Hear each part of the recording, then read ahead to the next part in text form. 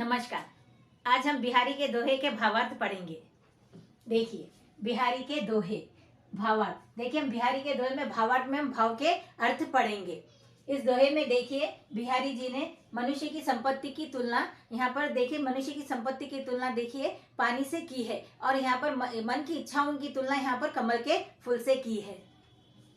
देखिए दोहा, देखिए, बढ़त बढ़त संपत्ति सलीलू, यानी कि मनुष्य की संपत्ति जब बढ़ती है, बढ़त बढ़त यानी कि बढ़ती जाती है, तो बढ़ती ही चली जाती है।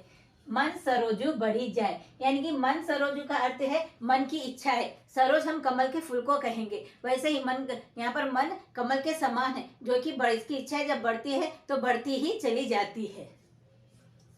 घटत घटत सु न फिरी घटे, यानी कि जब देखिए पानी, यहाँ पर पानी की तुलना, जो संपत्ति की तुलना पानी से की। जब पानी, देखिए नदी का पानी जब बढ़ता है तो बढ़ता ही चला जाता है, फिर एक समय ऐसा आता है कि फिर वह घटता भी चला जाता है, कम भी हो जाता है। तो यहाँ पर देखिए मनुष्य की संपत्ति एक बार बढ़ती है तो बढ़ती ही चली जाती है, और उसके देखिए उनकी इच्छाएं भी, साथ ही उनकी इच्छाएं भी, मनुष्य की संपत्ति के साथ साथ उनकी इच्छाओं का बढ़ना भी शुरू हो जाता है। एक इच्छा मनुष्य पूरी करता है तो दूसरी इच्छा आ जाती है, और दूसरी इच्छा को वो पूरी करते हैं, तीसरी इच्छा उसकी जाग जाती है। इस प्रकार संपत्ति होने के कारण कभी मनुष्य की इच्छाएं खत्म ही नहीं होती है, और उन इच्छाओं को पूरा करते करते एक समय ऐसा आ जाता है कि उनकी संपत्ति का घटना शुरू हो जाता है, क्योंकि वह अपने मनमानी ढंग से अपने पैसे का संपत्ति को खर्च करना शुरू कर देता है। तो एक तरह से धीरे धीरे संपत्ति घटनी शुरू हो जाती है।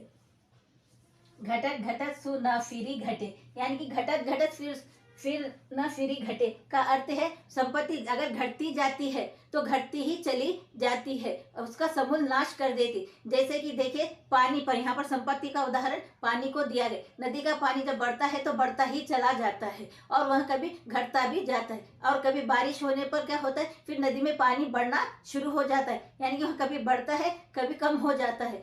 लेकिन मनुष्य की संपत्ति के साथ ऐसा नहीं है। मनुष्य की संपत्ति एक बार बढ़ती है तो बढ़ती ही चली जाती है, फिर एक समय ऐसा आता है कि उनकी इच्छाओं के कारण, उनके कर्मों के कारण उनकी संपत्ति घटती चली जाती है।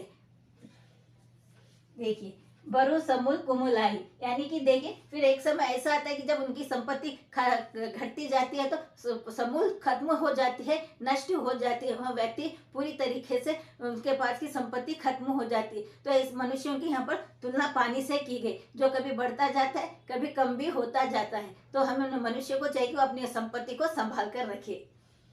अब भाव देखिए, संपत्ति रूपी पानी के बढ़ते रहने पर मन रूपी कमल भी बढ़ता जाता है। देखिए, मनुष्य रूपी पानी के बढ़ते रहने पर, यानी कि जब मनुष्य की संपत्ति बढ़ती जाती है तो मनुष्य की इच्छाएं भी बढ़ती जाती है, कभी खत्म होने का नाम ही नहीं लेती। अर्थात मन में अनेक प्रकार की लालसाएं बढ़ती जाती है। देखिए, लालसाएं का अर्थ है मन की इच्छाएं और तृष्णा, उनकी वासनाएं बढ़ती ही जाती है। वह अपनी संपत्ति का दुरुपयोग करने लगता है, अपने शान शौकत को पूरा करने लगता है। इस प्रकार उसकी इच्छाएं कभी खत्म होने का नाम ही नहीं लेती। किंतु संपत्ति रूपी पानी के घटने पर मन रूपी कमल घटता नहीं। देखिए, यहाँ पर संपत्ति अगर घटता जाता है तो मन रूपी कमल कभी घटता नहीं, यानी कि उनकी इच्छाएं कभी कम नहीं होती। अगर मनुष्य की संपत्ति खत्म भी हो जाए मगर मनुष्य की इच्छाएं कभी खत्म होती ही नहीं है, उसकी इच्छा एक के बाद एक आती ही जाती है, और वह अपनी इच्छाओं को पूरी करने में लगा रहता है।